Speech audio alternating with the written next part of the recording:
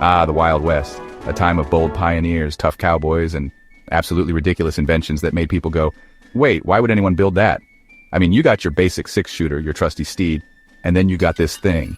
No idea what it's supposed to do, but it's got gears, so it's got to be important, right? Today we're looking at the weirdest, dumbest, most useless gadgets ever cooked up on the dusty plains of American history. Spoiler alert, none of them worked. Seriously, these things make a butter churn look like a smartphone. All right, partners, saddle up for this one. Let me introduce you to the treadmill for horses. That's right, a real thing. Someone actually built this. Apparently some genius thought, hey, horses can walk. Why not make them walk in place for hours on end to grind corn? Because, dragging a plow through miles of unforgiving dirt wasn't exhausting enough.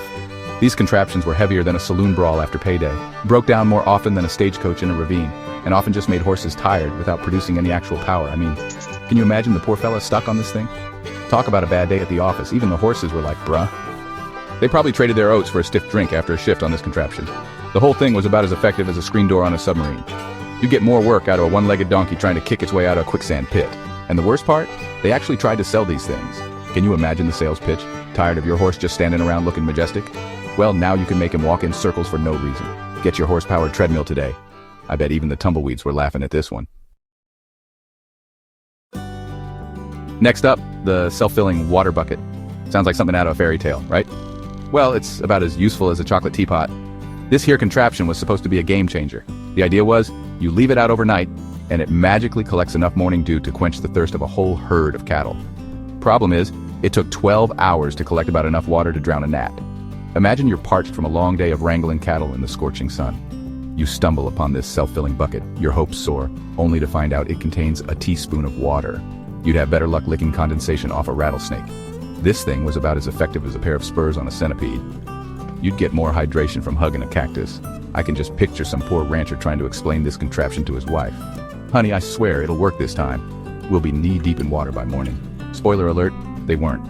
The only thing this bucket filled was the hearts of inventors with regret and the saloons with thirsty ranchers. This is why we can't have nice things in the Wild West. Chapter 3. The Portable Bathtub. Suit, because hygiene shouldn't cramp your style. Literally. Now, folks back then weren't exactly known for their sparkling hygiene. Bathing was considered a luxury, like finding a gold nugget in your stew. But one fella, bless his heart, thought he could change all that. He invented the portable bathtub suit. Yep, you heard that right. It was a full-body suit lined with tin, kind of like a wearable tin can, and you'd fill it up with water. The idea was you could take your bath on the go. Revolutionary, right? Problem was, once you were in this thing, you were stuck. You couldn't move, sit down, or even fit through a saloon door without causing a scene. It was less of a bathing suit and more of a standing around in your own filth suit. Can you imagine trying to wrangle a steer in this getup? You'd be more tangled than a squirrel in a yarn factory. The inventor claimed it was perfect for the gentleman on the go. Where exactly he thought this gentleman was going while looking like a beached whale in a tin can is beyond me.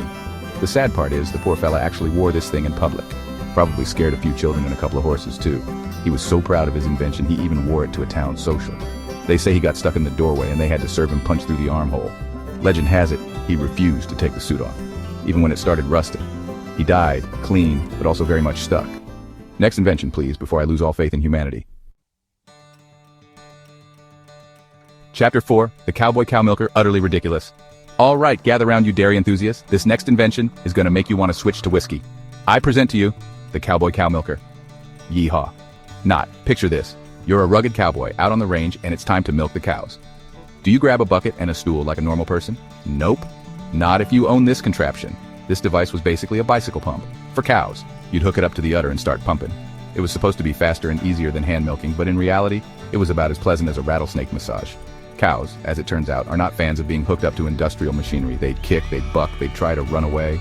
Sometimes they'd even kick the bucket, literally. Talk about a bad day at the dairy farm. And the milk?